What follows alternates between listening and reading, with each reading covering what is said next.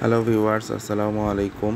2012 মডেলের একটা এক্সিও, এটার ইঞ্জিন থেকে উইয়ার্ড একটা সাউন্ড আসতেছিল। তো আমরা কোনোভাবেই রিকগনাইজ করতে পারতেছিলাম না কোত্থেকে সাউন্ডটা হচ্ছিল।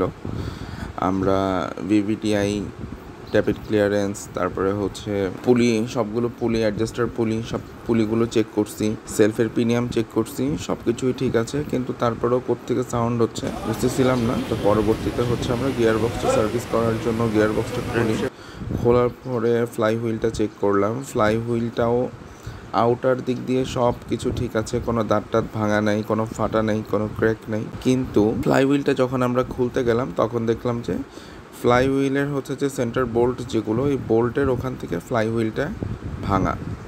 তো ওখান থেকেই সাউন্ডটা হচ্ছিল। তো এটা বাইরে থেকে আসলে বোঝা যায় না কোত্থেকে সাউন্ড হচ্ছে। তো আমরা ফ্লাই হুইলটা চেঞ্জ করে দিব।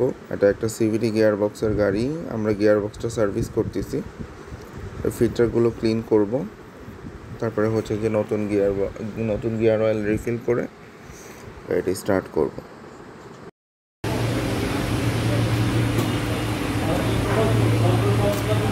গিয়ার বক্স সার্ভিসিং হচ্ছে।